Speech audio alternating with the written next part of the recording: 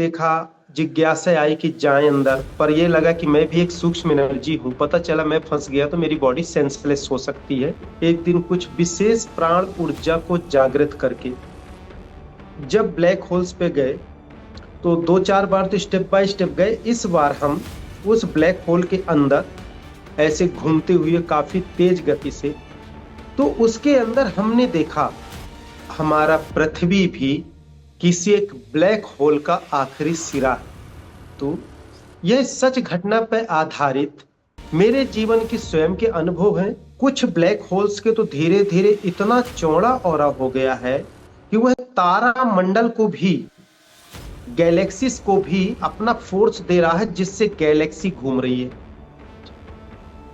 ये अभी कुछ दिन पहले का मेरा रिसर्च है। तो गैलेक्सी के भी घूमने के पीछे यही राज है।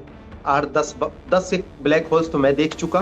बीच में जो अंधकार सा ब्लैक लाइट दिखता है, वो ब्लैक होल का मेन फोर्स का पावर का स्थान होता है। मतलब बहुत डरावना स्थिति। अ सेंस ऑफ स्पिरिचुअलिटी में आज फिर से स्वागत है स्पिरिचुअल साइंटिस्ट योगी हरिओम दास जी का। प्रणाम योगी जी। जी प्रणाम। ब्लैक होल का आपका खुद का बहुत महत्वपूर्ण शोध है जो शायद आज तक किसी का नहीं है। इसके बारे में आप हमें अवगत कीजिए। देखिए, यदि हम स्पिरिचुअल पे बात करें और साइंस पे, तो साइंस भी हमारा खोज करके लाती है कुछ न कुछ इस सौर मंडल के अद्वितीय राज, अद्वितीय दृश्य, और वह अनसुलझे रहस्य को उजागर करती है हमारी विज्ञान, जो लोग आश्चर्यचकित होते हैं। ठीक उसी प्रकार हमारी एस्ट्रल बॉडी, एस्ट्रल जर्नी में जब हम बाहर जाते हैं, तो हमारे योगी जन आत्म ऊर्जा, इंटरनल एनर्जी के माध्यम से वे भी कुछ ना कुछ खोज, कुछ ना कुछ शोध करके समाज के बीच में लाते हैं। और हमारे कुछ अनसुलझे रहस्य ऐसे हैं, या स्पिरिचुअल लाइफ में ऐसे कुछ दृश्य हैं जहां साइंस आज भी नहीं पहुंची है। पूर्व में भी हमने बताया कि मेरा एस्ट्रल जर्नी, सूक्ष्म जगत की यात्रा करता रहता हूं। जी। ब्लैक होल की यदि आप बात करती हैं, तो अभी तक हम लोगों ने जो साइंस के माध्यम से, हमारे दुनिया के लोग, समाज के लोगों ने जाना कि ब्लैक होल्स होते हैं, और ब्लैक होल्स के अंदर ऐसे निगेटिव एनर्जी या ब्लैक एनर्जी या ऐसा एक ऑरा होता है जो सब कुछ समा लेता है अपने में, जो अपने आप को, ये समझिए कि एक बवंडर की तरह वो सिर्फ खाना जानता है, कुछ इस सौर मंडल को कुछ देना नहीं जानता। परंतु यह सच घटना पर आधारित मेरे जीवन के स्वयं के अनुभव हैं। न किसी किताब का, न किसी पुस्तक का, न किसी का कॉपी, न किसी के लफ्जों की सुनी हुई चीजें। जैसे शरीर से निकल के मैं सूक्ष्म जगत की यात्रा करता रहता हूं, और यह मुझे पिछले 25 वर्षों से कर रहा हूं, सन 2000 से कर रहा हूं। तो इसके बीच में कई ग्रहों में जाना हुआ, कई लोकों में जाना हुआ, पाताल पे जाना हुआ। जैसे देवी देवताओं के विषय में भी हम पढ़ते हैं कि क्या वाहेगुरु लोक है, या स्वर्ग लोक है, या भगवान के लोक हैं। तो उसके विषय में भी काफी डीप तक गए, वहां के वास्तविक दुनिया को देखे, और कुछ अपने शब्दों से उसे लिखने की भी कोशिश किया विथ डायग्राम।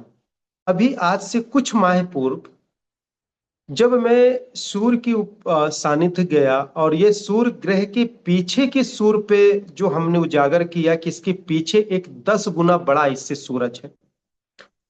उस सूरज के पीछे की दुनिया में जब गए, तो वहां भी एक पृथ्वी जैसी दुनिया दिखी।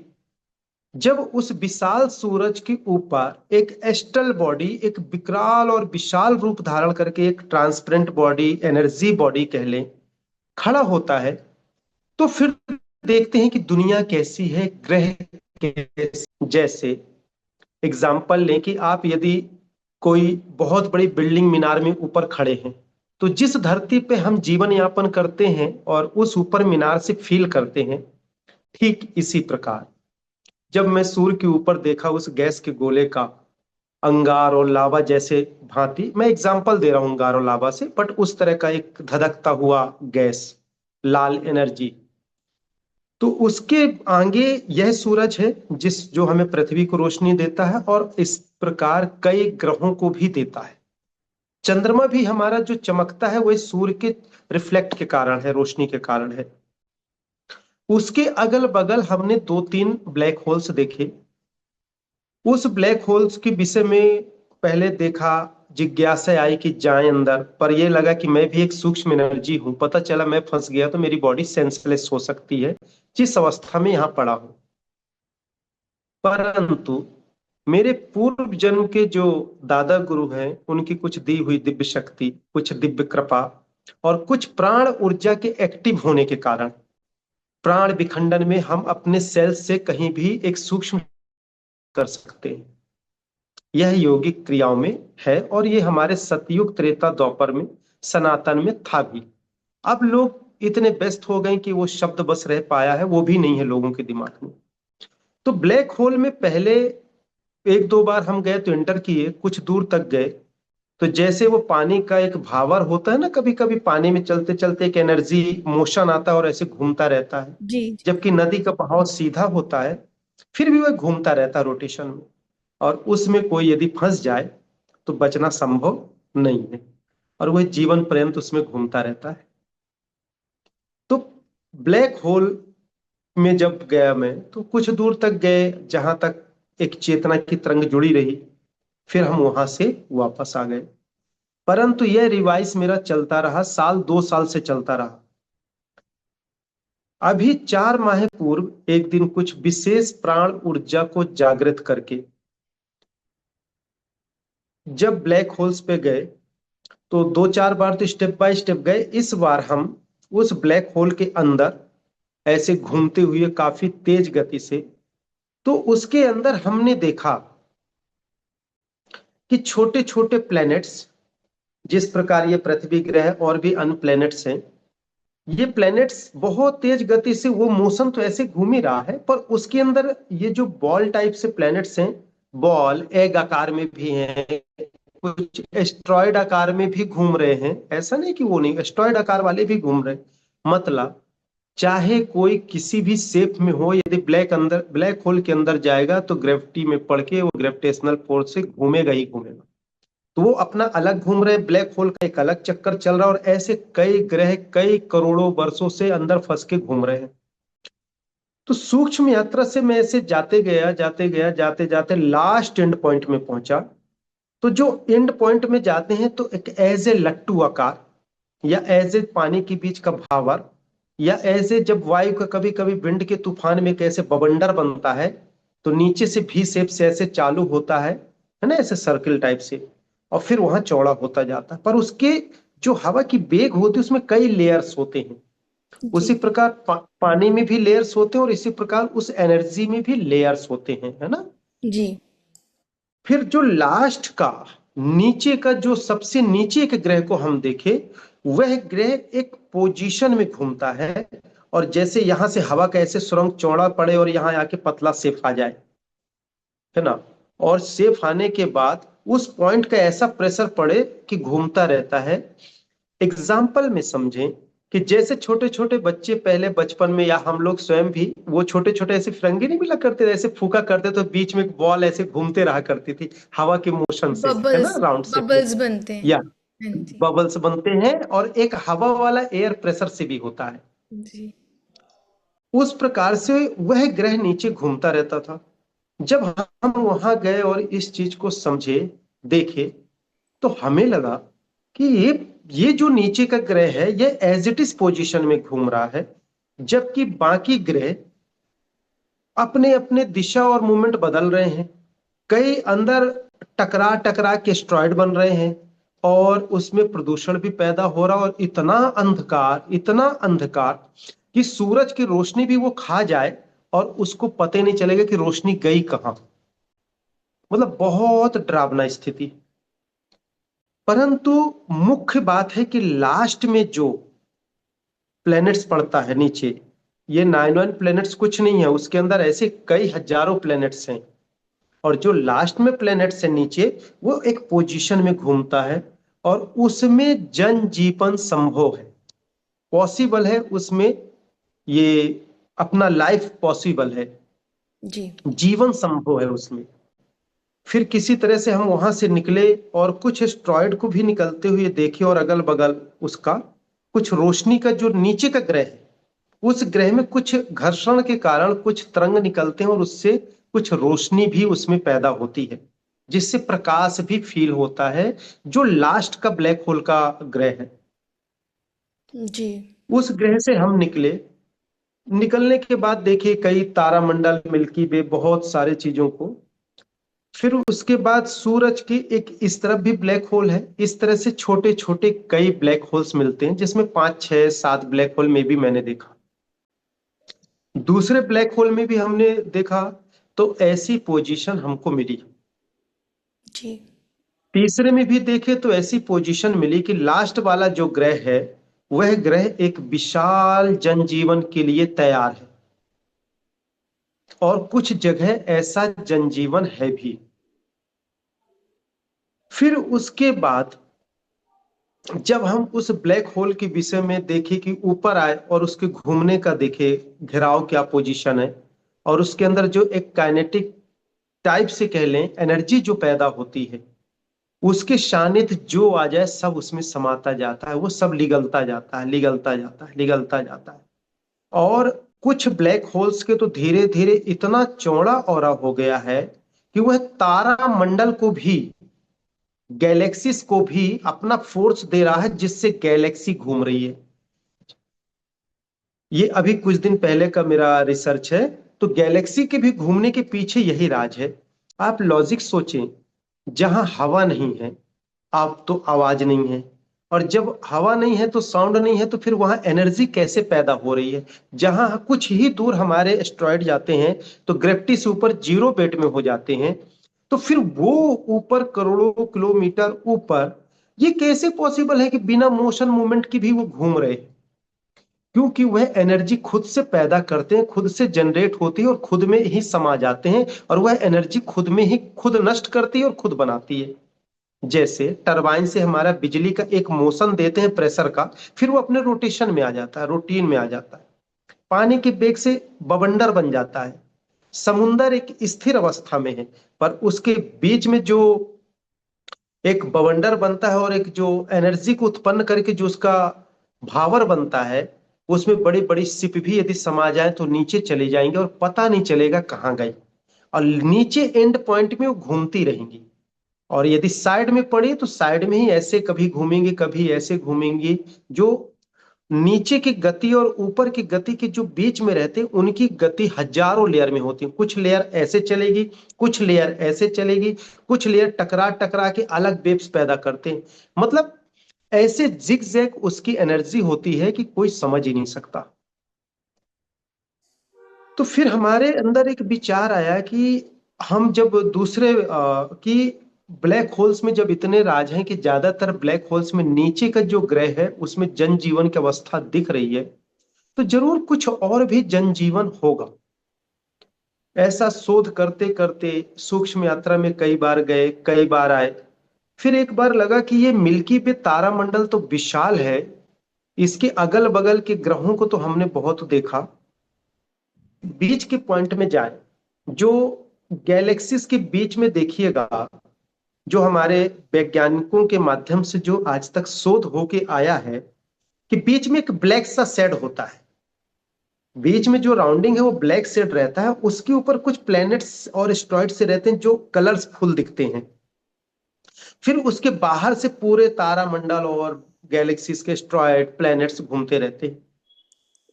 तो फिर हम उसके जब बीच में गए, ये अभी का शोध है मेरा कुछ दिन पहले का। जी। ब्लैक होल का और चीजों को तो पहले की है, ये गैलेक्सी का भी रिसेंटली है जो आपसे हम शेयर कर रहे हैं। जी।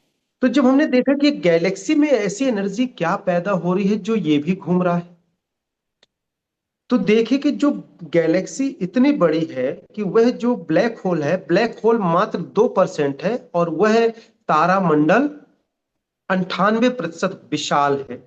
ये जो ब्लैक होल की एनर्जी ऐसे घूमती रहती है, कंटिन्यू घूमते घूमते इतनी एनर्जी आती है कि इसका जो बाहर का चौड़ा वाला बवंडर का मुंह है, उस मुंह से इतना ऊर्जा निकलता है कि बाहर के जो सौर मंडल हैं, गैलेक्सी हैं, उनको क्या करता है ये कि खींचने की कोशिश करता है, पर उसमें उतना स्पेस नहीं कि अंदर ले ले, जिस कारण उसमें ऐसी एनर्जी उत्पन्न होती कि गैलेक्सीज भी ऐसे घूमती रहती हैं।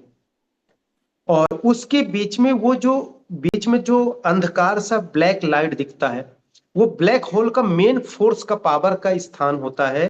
As a air pressure, light pressure समझ लें, जिस कारण से बीच में ब्लैक होता है। यदि बीच के पॉइंट में यदि कोई बड़े गैलेक्सीज जाते हैं, तो उसकी लाइट समाप्त होकर ब्लैक में परिवर्तित हो जाते हैं, डार्कनेस में कन्वर्ट हो जाते हैं। परंतु इसमें एक बात ये आती है कि भाई जो छोटे ग्रह बीच में है वो तो अंदर समा सकते हैं, परंतु ऊपर आने के बाद उसका एक ऐसे लेयर की एनर्जी बनती है, जैसे एक परत होता है ना, पानी का एक लेयर का पहला परत होता है, तो ऐसा लेयर बनता है। और वो लेयर के ऊपर घूमते तो एक मोशन में आ जाते हैं, और वो मोशन फिर गति चलता रहता है। जैसे हम लोग साइकिल चलाते हैं, तो शुरू स्टार्टिंग में तो डर लगती है, परंतु एक पोजीशन में आने के बाद दो अंगुल में टायर का बैलेंस रहता है ग्रेविटी का, और हम चलाते रहते हैं, क्योंकि मेमोरी का बैलेंस हमारा वो जीवन पर्यंत के लिए सेट हो जाता है। इसी तरह से हमारे मशीनरी का सिस्टम है, और इसी तरह से गैलेक्सी यूनिवर्स का सिस्टम है।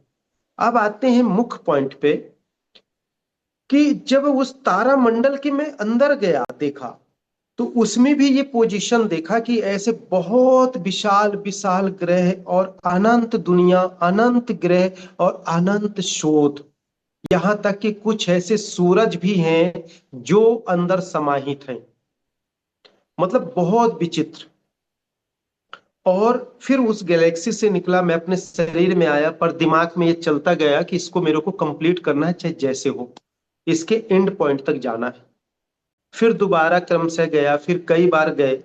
कोई कल्पना से तो जाता नहीं, मैं कोई ख्वाबी पुलाव खा के तो जाता नहीं, वो तो मैं मन चेतना को ऐसे एक्टिव करता हूँ, संकल्प लिया और शरीर से निकला और गया। और निकलने के बाद शरीर से यदि मैं डिसीजन किया कि चंद्रलोक जाऊंगा, तो जरूरी नहीं कि मैं चंद्रलोक ही जाऊं, चंद्र के रह जाऊं। निकलने के बाद सोल की कुछ अपने डिसीजन होते हैं, जहां मेरे मन चेतना का संकल्प भी काम नहीं करता। सबसे बड़ी बात, इसलिए इसको कल्पना नहीं कह सकते। जी। कि इस सूरज का 30% इस तरफ का ब्लैक होल रोशनी खाता है, इस तरफ की रोशनी खाता है। मुश्किल से 40 to 50% ही दुनिया में आता है, जो कई ग्रहों को टकराते हुए फिर पृथ्वी आता है, फिर नॉर्थ पोल, साउथ पोल, बहुत सारी चीजों से टकरा के हम लोगों तक रोशनी पहुंचती है, तब जाकर कहीं जनजीवन संभव हो पाता है ना। इसके बाद एक दिन जब शरीर से निकल के सूक्ष्म यात्रा पे गया, तो उस तारा मंडल के ऊपर की दुनिया में गए हम, और उस सुरंग से हम घुसे। और लगा कि जा तो कहीं और रहे हैं, पर जब वहां से मैं घुसा और बहुत संघर्ष और तेज गति से चलते हुए आया, तो एक सुरंग से निकला, तो लास्ट में जिस ग्रह में पहुंचा, वो ग्रह पता चला कि ये हमारा पृथ्वी ग्रह है। सबसे बड़ा मुख्य बात ये है। तो मुझे उस समय तो नहीं लगा कि ये पृथ्वी ग्रह है, परंतु जब टहलना चालू किया तो किसी जंगल में उतरा, और ऐसे नीला ग्रह जैसे दिख रहा था। जब देखा तो मैं कहा ये तो ऐसा है नहीं। फिर उस ग्रह में घूमे, घूमने के बाद कुछ चीजों का आभास हुआ, और शौक रह गया मैं कि ये कैसे पॉसिबल है। मैं तो यहाँ से आसमान गया, और वहां से जब मैं तारामंडल में घुसा और आया, तो ये सेम मिलता जुलता ग्रह है। फिर उस चीज को देखे तो यह बात मुझे व्यक्तिगत रूप से मेरे सूक्ष्म यात्रा के दौरान अपने लिए स्वांतः सुखाय के लिए मैं तो सिद्धि कर रहा हूं कि हमारा पृथ्वी भी किसी एक ब्लैक होल का आखिरी सिरा है, और जिसे हम होल, इस ब्रह्मांड को विशाल कायनात दुनिया कहते हैं। यह जो अभी तक का साइंस का, इस यूनिवर्स की जितनी भी एजेंसियां ने खोज की, यह एक ब्लैक होल्स के विशाल ऊपर के बाहरी आवरण के ग्रह हैं, जिसको हम लोग ब्रह्मांड के नाम से जानते हैं।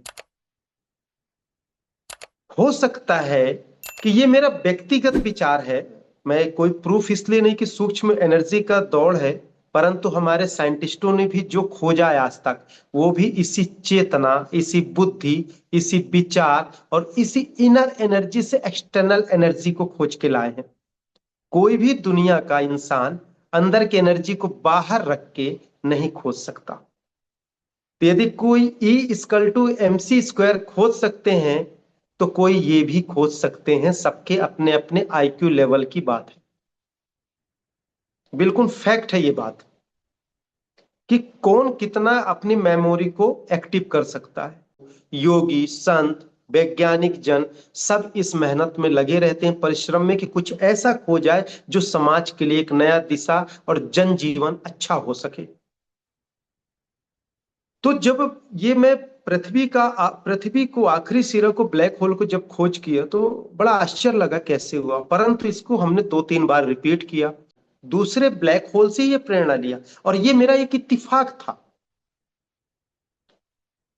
और इसके बाद फिर हम इसमें लग गए। जो खुद पे कॉन्फिडेंस है, कि मैं अनंत विश्वास में हूं कि ये बिल्कुल सच है, और सच्चाई को विश्वास और बिलीफ देने की जरूरत नहीं पड़ती। सूरज निकलता है तो वो अपने आप में सूरज है, तो है। यदि ये है तो है। कोई माने नहीं माने, इससे कोई ज्यादा फर्क नहीं पड़ता, क्योंकि ये मेरे जीवन का कोई व्यवसाय नहीं है। समाज, देश, राष्ट्र और इस ग्रह के लिए यदि परमात्मा इस एनर्जी से कुछ कराता है, तो ये शरीर का सौभाग्य है, और मैं सौभाग्यशाली समझता हूं कि देश और समाज के लिए कुछ कर सकूं। इस ब्लैक होल के ऊपर, जिसे हम यूनिवर्स का नाम देते हैं, आज तक के खोज में जो ग्रहों का खोज किए हैं, अभी सिर्फ हम लोग एक black hole, only for one black holes के ऊपर के प्लैनेट्स को ही खोज रहे हैं और नच रहे हैं, और ये हमारे करोड़ों वर्ष की दुनिया हो गई।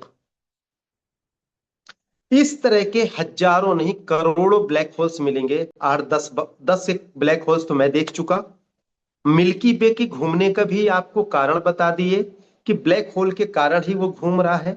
और बिग बैंग की जो थ्योरी आई, वह बिग बैंग की थ्योरी भी इस ब्लैक होल के ऊपर के जो प्लैनेट्स के टकराव से, पार्टिकल से जो ग्रहों का निर्माण हुआ, उसी को बिग बैंग की थ्योरी कही जाती है। एक्चुअल यूनिवर्स जो है, इससे बहुत ऊपर से है। उस यूनिवर्स के विषय में भी मैं जानता हूं, कई बार गया, और 15 से 18 वर्ष पहले गया। उस समय हमने कुछ नोट भी किया। अभी प्रिंट नहीं हुई हमारी पुस्तक, एक दुख की बात है। कोई एडिटर ही उस लेवल का नहीं मिल रहा कि कुछ एडिट कर सके, क्योंकि शब्दकोश मेरा पर्टिकुलर, शिक्षा हुआ कॉन्वेंट से। अब स्थिति ये है, तपस्या के बाद ना हिंदी के रह गए ना इंग्लिश के, अनुभव से भरा है, शब्द से दे नहीं पाते। तो बहुत जल्द लाएंगे लोगों के बीच में।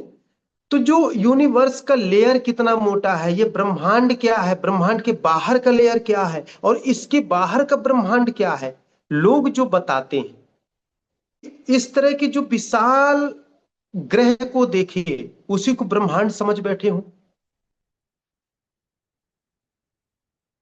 हो सकता है कि जो अनंत पार्टिकल्स रूप से वहां जो पार्टिकल, इसलिए कह रहा हूं कि उस विशाल दुनिया में वो ग्रह एक पार्टिकल की भांति है,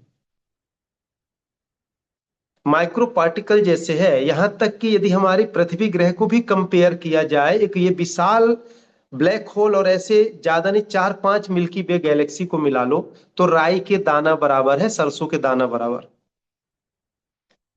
विचार करें कि एक ब्लैक होल की विशाल कायनात दुनिया में जब इसका ये हाल है, तो ब्रह्मांड का क्या होगा। इस तरह से कई लेयर लेयर लेयर में ये बनता रहता है, और एंड पॉइंट तक नहीं जा पाते। बहुत समय पहले मैंने ब्रह्मांड का लेयर कितना मोटा है, फिर वो उसके बाहर कैसे जाते हैं, उसके बाहर का यूनिवर्स कैसे है, इससे भी ऊपर कई लोग गए होंगे। संसार सागर है, बहुत बड़ी दुनिया है, बहुत बड़े बड़े ज्ञानी हैं, सबको नमन है, प्रणाम है मेरे तरफ से। मैं व्यक्ति विशेष नहीं कह रहा हूं, परंतु इसके ऊपर का भी बहुत सारे खोज हैं। छोटे से शब्दों में ब्लैक होल को यहाँ पे विश्राम करें। जी, बहुत क्लियरली आपने हमें एक्सप्लेन कर दिया ब्लैक होल के बारे में, उसके अंदर क्या है, उसके एंड में क्या है, उसकी एनर्जी से कैसे डिफरेंट गैलेक्सीज ऑपरेट करती हैं, ब्लैक होल खुद कैसे एनर्जी लेके ऑपरेट करता है। तो ये तो किसी भी बुक में नहीं है, और ना ही मुझे लगता है कि किसी और ने कभी भी इतनी एक्सप्लेनेशन दी है। बिल्कुल, ये बात बिल्कुल सच है। जी। और हमने भी ऐसा कभी देखा नहीं, और 99% में बुक्स पढ़ता भी नहीं, क्योंकि फिर वो चेतना उसमें घूमेगी। तो मैं जी। अपने अंदर की पढ़ाई करना चाहता हूँ, कि अंदर पढ़ता रहूं, और लोगों के बीच में क्या ला सकते हैं, कोशिश करते रहें। ऐसा भाव रहता है। जी, आपने पिछले पॉडकास्ट में बोला था कि आप नेक्स्ट पॉडकास्ट में हमें बताएंगे कि ब्रह्मांड की थिकनेस कितनी है, वो भी आप बता दीजिए। उम्मीद करते हैं आपके माध्यम से सभी दर्शक भी समझेंगे, और किसी को डाउट होगा तो आपसे संपर्क करके क्लियर हो जाएगा। जी, जैसे जैसे आप बोल रहे थे ना, मेरे माइंड में भी वो पिक्चर बन रही थी कि ऐसे होता होगा। चेतना सबकी बहुत प्रबल होती है, और जी। हमारी चेतना जो है, मन जो है, वो बहुत श्रेष्ठ है। शायद पूर्व में हमने मन की गति के विषय में बताया है कि जी। मन की गति कितनी तेज होती है, जी। जी। आत्मा की गति कितनी तेज है। वो मेरा हमारा खुद का रिसर्च है, खुद का शोध है, किसी जी। का नहीं है उसमें। जी। और काफी वर्ष पहले हमने इसका रिसर्च किया था। देखिए, यदि ब्रह्मांड के विषय में बात करें, ब्रह्मांड एक ऐसा शब्द है, एक ऐसा ऊर्जा है, और एक ऐसा विशाल आवरण है जिसको न तो शब्दों से व्यक्त किया जा सकता है, और ना ही मन चेतना के तरंगों से उसको कंप्लीट किया जा सकता है, और ना ही मन चेतना के वेव से वहां तक पहुंचा जा सकता है। जब हमारे इस ब्रह्मांड के एक ब्लैक होल की ये स्थिति है, और ऐसे हजारों ब्लैक होल्स हैं, तो क्या स्थिति होगी। और जब से मानव जीवन आया, 7 अरब साल लगभग हो रहे हैं, और 7 अरब साल में अभी हम लोग सूरज, चंद्रमा, जुपिटर या कुछ प्लैनेट्स तक ही पहुंच पाए हैं, या हम अपनी कल्पना परिकल्पना से मिल्की वे गैलेक्सीज, स्टार्स को लोगों के बीच में व्यक्त कर रहे हैं। तो सोचिए कि यह विशाल ब्रह्मांड शब्द से संबोधित होने वाला वह विशाल आवरण कैसा होगा। जी। यदि साधारण में कहा जाए तो मन विचार के परे, इंसान के सोच के ऊपर, और विचार और चेतना तो जहां तक दृष्टि जाती है या जो देखते हैं, उसी से विचार उत्पन्न होता है, और उसी से हम क्वेश्चंस और आंसर बनाते हैं। आपको हम बताएं कि ब्रह्मांड कैसा है, इसको हम ब्लैक बोर्ड पे बनाकर किसी बार हम आपको देंगे डायग्राम के साथ। तो ब्रह्मांड जो है, तो यह ब्रह्मांड जिस प्रकार से अभी स्टार्स, गैलेक्सीज, ब्लैक होल्स के विषय में हमने बताया, इसी तरह से जब हम इस ब्लैक होल की दुनिया से ऊपर जाते हैं, वहां जाने के बाद तो ये भी पता नहीं चलता कि हम ऊपर चल रहे हैं कि नीचे चल रहे हैं कि दाएं चल रहे हैं कि बाएं चल रहे हैं। दिशा दिशा होता ही नहीं। जी। सूरज उरज तो बहुत छोटी बात हो गई, बहुत नीचे रह जाते हैं। ये उस तरह का पागलपन भी है कि आपको अंधकार में आंख में काली पट्टी बांध के घनघोर अंधेला में और एक ग्राउंड के समतल जमीन में रेगिस्तान जैसे बीच में छोड़ दिया जाए, अब बोले कि आप आओ और मंजिल को पाओ, तो वो कहीं भी जाएगा, क्या जाएगा। उसको तो पता नहीं ना, रूट क्या है, रडार क्या है, ट्रायंगल क्या है, दिशा क्या है, कुछ होता नहीं। परंतु यदि आपकी मन चेतना की तरंग, मेमोरी के सेल्स आपके यदि एक्टिव हैं, तो आपको उस कॉस्मोलॉजी के थ्रू, उस कॉस्मिक एनर्जी से जुड़ने के लिए वहां तक जा सकते हैं। वो किसी एक ग्रह का स्टेप हो सकता है आपका। जी। वहां तक आपका मेमोरी का वेब्स गया, सोल रूपी एनर्जी आपकी जर्नी की, वहां कुछ दूर स्टे किए, फिर वहां से कुछ एनर्जी को एब्जॉर्ब किए, टच किए, फिर वहां से जब दुनिया को हम आगे के देखते हैं, तो आगे की दुनिया को देखे, फिर वहां से ग्रह से स्टॉप करके आगे के ग्रह को गए। ये बहुत डीप रिसर्च है बेटा, मैं बता रहा हूं जो, जी। मतलब हम बता रहे हैं। तो जी। वहां तक गए। ठीक उसी तरह की हमें यहां से मान लीजिए कि बॉम्बे जाना है, तो हम यहां से गाड़ी की लाइट की रोशनी जहां तक पड़ी वहां गए, फिर वहां कुछ दूर रुके, रुकने के बाद 4 रूट में रिसर्च किए, फिर आगे का रूट गए, फिर जहां तक हमारा तरंग गया वहां तक गए। ठीक इसी प्रकार इस मन के तरंग को ऐसे कई यूनिवर्स, कई गैलेक्सीज में तरंग को रखना पड़ता है, सूक्ष्म शरीर से वहां स्टॉप होना पड़ता है, फिर वहां से फिर आगे की दृष्टि दिखी, क्योंकि इसका भी, तरंग का भी एक लिमिटेशन है ना। जी। यदि लिमिटेशन नहीं है तो हम आपसे अभी ब्रह्मांड के विषय में दुनिया में कोई नहीं पूछा, तो लोग कहते हैं हाँ ब्रह्मांड बहुत विशाल है। विशाल है सो विशाल है, बड़ा है सो बड़ा है। जी। क्या है? I don't know. हम्म, ऐसा तो किसी ने नहीं किया। तो मेरा कहने का तात्पर्य है कि हमारा एक जीवन का, जैसे मेरे इस जीवन की यात्रा का एक पड़ाव है, यात्रा है, 100 अरब किलोमीटर प्रकाश वर्ष की गति से जाना है। पर एक लिमिट हुआ ना, जी। 1,000 करोड़ अरब प्रकाश वर्ष की गति से जाके ब्रह्मांड के आखिरी पॉइंट में गया। पर उसकी लिमिट हुई ना। जी। मतलब हम लफ्ज से जो भी बोलेंगे तो तरंग वहां तक, मस्तिष्क की चेतना, कल्पना, परिकल्पना करके वह तरंग वहां तक पहुंच जाएगी। जी।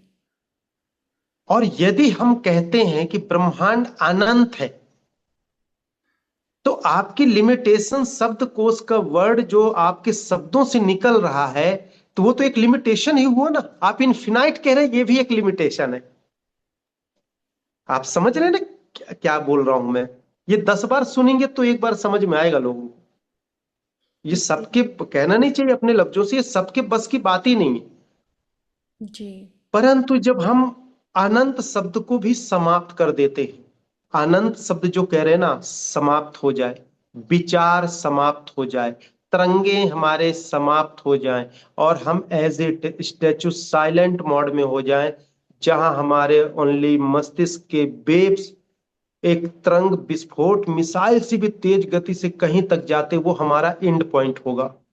फिर वहां रुकने के बाद, एनर्जी को इकट्ठा करने के बाद, फिर वहां से उतना जाओगे।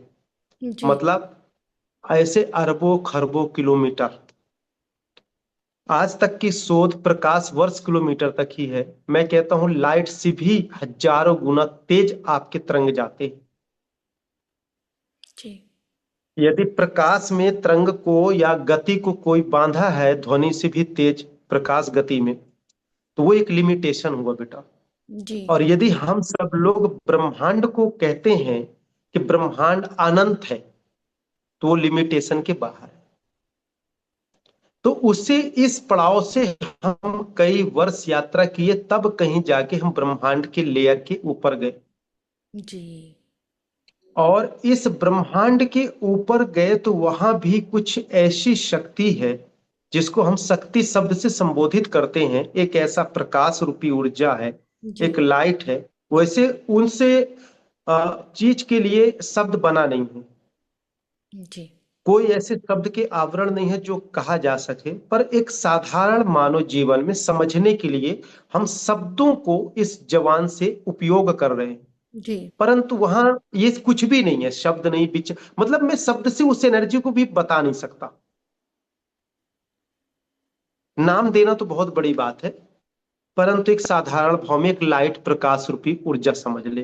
ये तो बहुत छोटा है, बहुत छोटा। उस एनर्जी का एक लेयर जब सूक्ष्म शरीर से ऊपर गया, वहां दैविक शक्तियों का भी स्थान है, देवलोक भी है। एक निराकार प्रकाश पुंज है, निराकार ईश्वर ब्रह्म प्रकाश, निराकारिणी मां। वहां छोटा से ऐसे दिखता है जैसे बिल्डिंग के, हम यदि किसी पहाड़ में जाएं और वह दुनिया ना देखे हो, और पहाड़ की सुरंग के अंदर जाएं, चारों तरफ से चट्टान बंद हो, तो क्या सोचेंगे कि यह हमारा आखिरी है, इसके आगे कुछ नहीं, सिर्फ पहाड़ी पहाड़ है। जी। पर यदि हम आज के इस एडवांस टेक्नोलॉजी के माध्यम से टर्मिनल में यदि सुरंग से, मशीन से ड्रिल करते हैं, तो कुछ दूर जाने के बाद या 1,000 किलोमीटर जाने के बाद हमको कहीं दुनिया या प्रकाश नजर आ जाएगा। फिर आगे सुरंग के बाद मतलब खोज होता जाता है, और हर खोज के पीछे पहले सूक्ष्म खोज होता है, फिर वो प्रैक्टिकल थ्योरी पे आता है बेटा। जी। तो ब्रह्मांड के ऊपर जब गया तो वहां हमें एक प्रकाश रूपी ऊर्जा मिला, दैव शक्ति मिले, ईश्वरी शक्ति मिले, शिव रूप मिला। और वह शिव रूप ऊर्जा जो है, शिव की आकृति न होते हुए भी उसी आकृति के एक प्रकाश पुंज। जी। और काफी मेरा जो ज्योति प्रकाश रूप यहां से निकल के गया कई पड़ाव के बाद, वह उसमें टच होने के बाद, फिर उस पहाड़ सुरंग को ऊपर के सिरे से जाना चालू किया। इतने सारे पावर्स लेके गए, जैसे टॉर्च को हम जलाते जाएं और उसका बैटरी डाउन होते जाएगा तो लाइट स्वाभाविक कम होता जाएगा। वहां तपस्या, ऊर्जा, ज्योति, प्रकाश, सोल की एनर्जी ये भी प्रॉपर काम नहीं करती।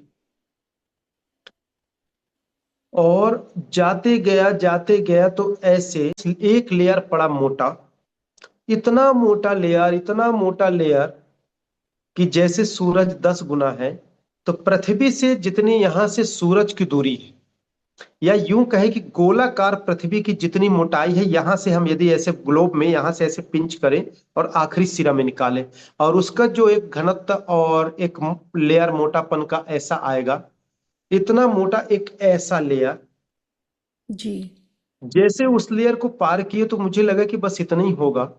और जी। जैसे एंड में गया तो देखा फिर उसके बाद एक क्लियर दुनिया, एक खाली दुनिया, मतलब खाली लेयर, मतलब खाली जैसे स्पेस। पृथ्वी से हम पार करके स्पेस, स्पेस जी। मान लें, ब्लैंक स्पेस।